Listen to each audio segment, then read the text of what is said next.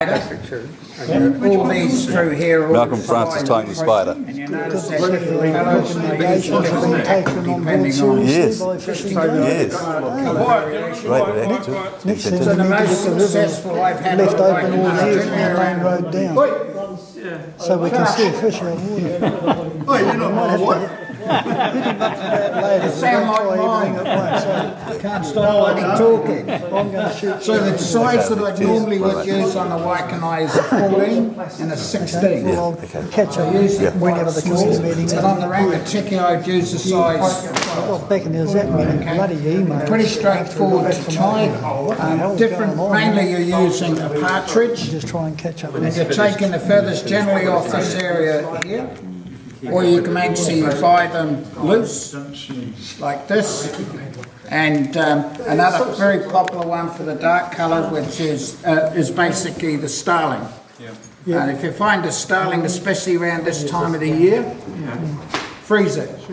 And then kill it first. Okay, yeah, kill it first. But if you find any, that day, I use a lot of these starling feathers because they when you see them in the water and the light reflects on the colour, and when you see them in the garden, it's the same thing. But early winter is the best time for them, but my wife feeds them, so I'm not allowed to kill them. But I did have a process for doing it. You need a can. Okay, cheers, right.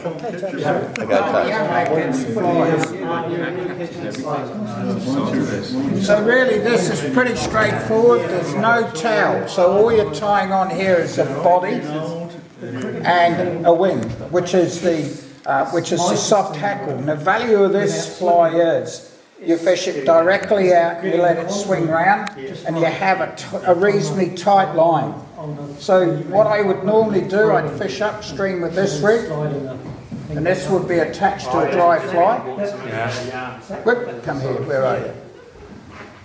So that would be attached to a dry fly, like so. And then on my way back downstream, instead of just walking down the river, I would focus this, especially on the riffles. There's the riffle tails added to edge of a small runner or pool, and I put 2 wets on it.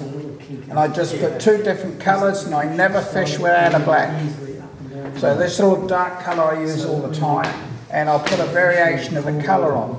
So all I'm changing is what's on here. Take my nymphs off and put my 2 wets on, cast it directly across, reasonably tight lines. So presentation is really important.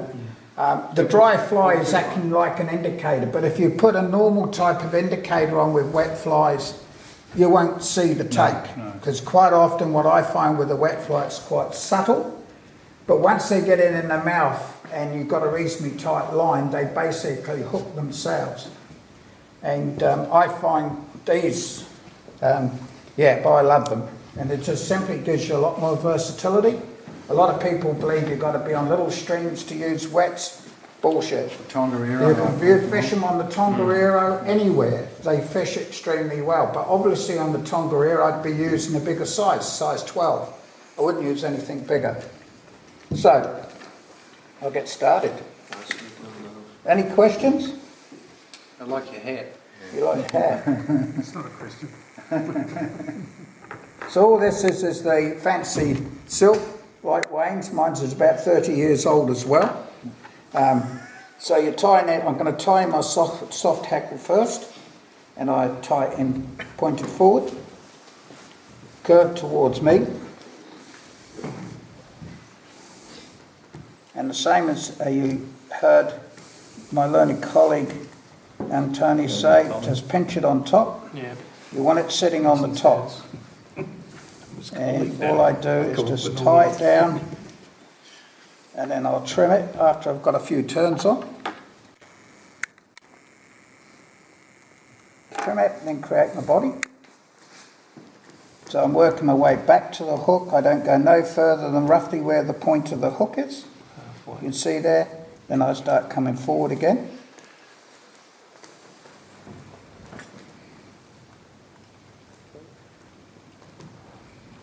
So I've got to here. So you can see there's hardly any body on it at all when you actually look at it. So you can see it's quite a small little body. And if you see the natural insect, that's exactly what it looks like in the water. And as my mate here has got this, you can vary the small little thorax that you're putting on it. But what this is representing is the insect that's come off the bottom, coming up to spread its wings and fulfill that urge of mating. And this is what this is actually really, these wets are really representing. So I tie a little thorax in here. This comes in very useful because it actually forces the legs back when you come forward. It forces that hackle backwards and creates a sensation of legs. But what it's doing is giving the fly an awful lot of movement. So when I'm putting in the little thorax in there, I like it a little spindly, just gives it a sense of volume. Then I'll bring the thread forward. And what I'm going to do now, so with my hackle, this is quite long. Normally it would not be as long as that, but just for the sake of time. So there's 2 turns on there. Come back up through. It's not a dry fly, so what you're looking for here is more in terms of legs. Bring that forward. Generally, you wouldn't do that, you horrible thing.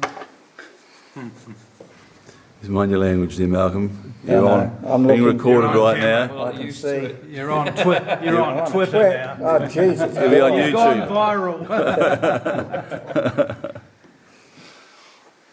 So that's basic Yeah, here. that looks good. Yeah. So in northern England, that's how they fished. And in Wales, and northern England and Scotland, this would have been the first thing that they would put on their hook. Matera. That's because Down they south. don't have mayflies up there.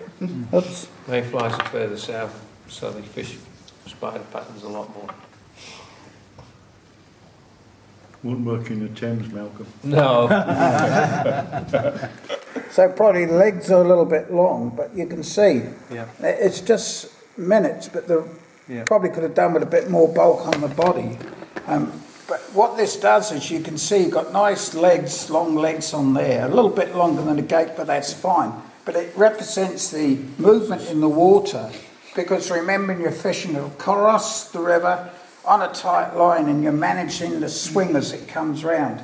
And what I find generally it gets about here and you'll pick a take up. But in that last angle there, And one morning on the Rangatiki, the last time at the Black Cottage on the Sunday morning, I fished up this nice little run, picked up a couple on the small nymph, and then turned around and thought, wow, I can't be bothered walking any further. So I turned around and just fished back down with these little wets. And I was really surprised, the fish that I picked up. Lost a couple, but certainly because it's got a lot of movement in it, it attracts the fish.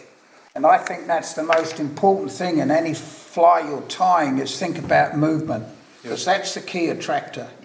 So when you cast it across and let it swing around, Yep. do you retrieve it? I've got a reasonably tight line all the way Yeah. through the drift. So you feel the So, bite. So so I you don't, can you feel don't it. actually retrieve it up. You just let it swing around and then cast it across. Quite often you're only, like on the Waikanaw, you're doing very short cast. I'm Yeah. just using an 8-footer. What are you doing? He sneezed and he flew. Sneeze. coming here tonight. So yeah, so you're So fishing you're going direct. down the river too. It's right before. Yeah. Okay. I fish, drift, step back down a metre, fish, drift, and just slowly work my way back up the pool. Right. Another good place is where you've got like a riffle running in, and the Black Cottage up by where we go with Stuart's friends. Down right at the bottom end of the river where they were crossing over, there's a big pool hitting a rock face. So I was just flicking it up and letting it drift down, and as it swung and went over the lip, I got 2 fish inside of minutes. Now you're using the floating line, Yes. and how long would your leader be? Generally, when I'm using wets, not much longer than you see here. And what material have you got on your leader? That's important. the material I'm using on this here, I think is. When he says leader though, Malcolm, he's talking fly line The too. cast, that's called the cast. When you're talking my fly lines, I'm generally using a 5-weight. Yeah, but you're from your end of your fly line to here. Yeah. What's the Rod and a material? half. What's the Rod and a half. Oh, yeah, roughly. Yeah. It's just a normal, sorry, misinterpreted your question, Oh, so I it would be a see. normal. So that's a little tail. Yeah, Yeah. normally a good rod and a half. A rod and a half. So what have you got there, Malcolm? On here's the tapered leader. Probably to be So you tie it onto your end of your leader. Yep, it's tied onto the tapered leader. Even when I'm never fishing, they really, So really don't have what's that, tapered leader. six Trying pounds? to I small should swim. know, that's only about 3, I think. 3 Yeah. pounds. If you go too heavy on your line, the thing doesn't swim as well. No. So you Oh, a better little swivel on the end? No, Yeah. 2 ounce weight. I just feel We want it on the bottom. if you've got a tapered leader, Yeah. you actually got a lot more versatility because you can quickly, if you see a fish feeding off a cervix, you can whip the bottom end off, put a dry fly on, because you can dry fly with 6-pound leader. You can't nymph with a 6-pound leader because the light reflects. It doesn't matter. All the manufacturers say that non-reflecting. It's just bullshit. It reflects light. Anything in the water will reflect light. It looks like a hunk of rope, even though it's only 3 or 4 pounds. So with a dry fly, I use a 6-pound, generally a 6-pound tapered leader. Then I put my nymph rig off the top, off that, and then I have a little setup which I use for an indicator if I use the indicator. But generally, I would fish with a dry fly.